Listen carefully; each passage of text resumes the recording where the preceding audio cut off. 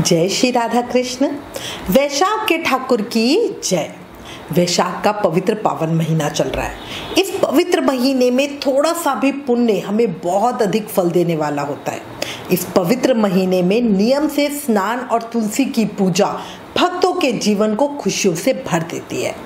अब आज इस वीडियो में आपको वैशाख मास में कहीं सुने जाने वाली तुलसी सींचने की कहानी बताती हूँ। वैशाख महत्तम का अध्याय सुनने के बाद ये कहानी सुने। हाथ में फूल, तिल या चावल और दक्षिणा रखें। कहानी शुरू करते हैं। प्रेम, मन और भाव से सुने।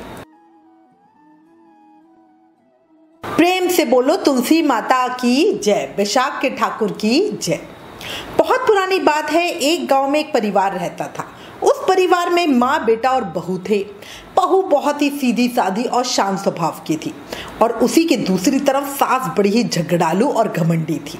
वो अपनी बहू पर बहुत अत्याचार करती थी, उससे घर का सारा कामकाज करवाती और खाने के लिए एक सूखी रोटी देती। अब बहू के पति को तो इस सब बातों का कुछ भी नहीं पता था। वो तो सुबह होते ही खेत में काम करने चला जाता। बहू सास के कहे अनुसार घर के काम में लग जाती थी। एक दिन बहू ने देखा पड़ोसन नया मटका लाई है। पड़ोसन ने बात ही बात में बहू को बताया कि वो वैशाख स्नान करने की तैयारियां कर रही है। बहू को वैशाख मास के बारे में कुछ भी नहीं पता था, इसलिए वो पड़ोसन से पूछने लगी तो पड़ोसन ने उसे पूरी जानकारी देते हुए बताया कि वैशाख का पवित्र महीना तुरंत फल देने वाला है।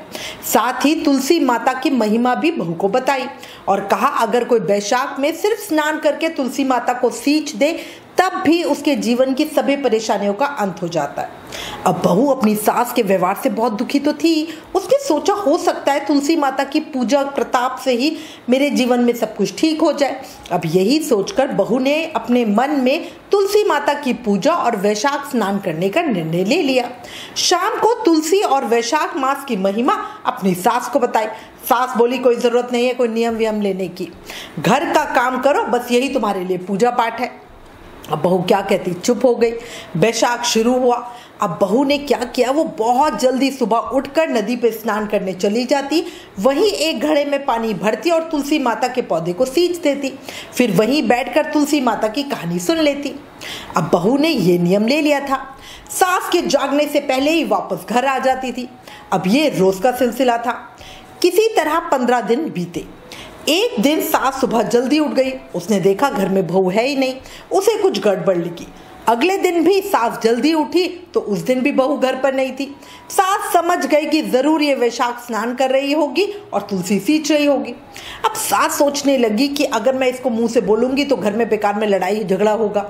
अब उसने सोचा कि क्या करूं कि बहू का नित्यनेम कैसे छुड़ाया जाए। अगले दिन सास ने उसका मटका बदल दिया। पक्के मटके की जगह कच्ची मिट्टी का मटका रख दिया। सुबह अंधेरे में ही बहू कच्ची मिट्टी का ही मटका लेके नदी पे चली गई। बहू ने स्नान किया, फिर उसने मटके में जल भरने के लिए जैसे ही मटका नदी में डुबोया, मटका गल गया और सारी मिट्टी बह गई। अब बहू ये देखकर रोने लगी। वो तुलसी माता के पास जाकर रोने लगी और रोते रोते बोली, हे तुलसी माता, आज मेरा नियम टूट गया, मुझे क्षमा कर दीजिए। तुलसी माता उसके सामने साक्षात रूप में प्रकट हुई और बोली, आज तुमने जल के स्थान पर अपने आंसुओं से मुझे सींचा है, तुम्हारा नियम पूरा हुआ। बहू ने कहा, माता मैं कल जल कैसे लेकर आऊंगी? अगर मेरी सास को यह पता चला कि मैंने मटका नदी में बहा दिया है तो वो तो बहुत गुस्सा होगी। तुलसी माता ने उसे एक मटका दिया जिसे लेकर वो खुशी खुशी घर आ गई। सास ने देखा तो वो मटका सोने का था। अब सास के पूछने पर बहू ने सारी बात सच सच बता दी। सास अंदर से तो बहुत खुश थी पर बाहर से नाटक करते हुए बोली, अगर सोने के मटके में जल लेकर जाओगी तो गांव वाले इसको छीन लेंगे। तुम कल फिर जाकर अपनी तुलसी माता के आगे रोना रोना, दूसरा मटका मांग लेना। अब बहू बहुत सीधी सादी थी, उसको तो कुछ ऐसा था ही नहीं। वो अगले दिन तुलसी माता के पास जाकर फिर से रोने लगी। तुलसी माता के पूछने पे उसने सारी बात बता दी। तब तुलसी माता ने उसे एक चांदी का मटका दिया। बहू चांदी का मटका लेकर खुशी खुशी घर आ गई, लेकिन उसकी सास ने उसको भी रख लिया और अपनी बहू से फिर अगले दिन रोने को कहा। अब बहू सास के डर से कुछ बोली नहीं। फिर तुलसी माता के पास जाके बैठ गई और फिर से रोने लगी। तुलसी माता ने आकर सारा पूछा तो उसने रोते रोते सारी बात बता दी। अब तुलसी माता ने कहा, तेरी सास का लालच कभी खत्म नहीं होगा, तू आज मिट्टी का मटका ले जा। ये कह के तुलसी माता ने उसे एक मिट्टी का मटका दे दिया। बहू जब घर आई तो उसकी सास बहुत गुस्सा होने लगी और कहने लगी, तुम्हारी तुलसी माता के पास क्या सिर्फ इतना ही धन है?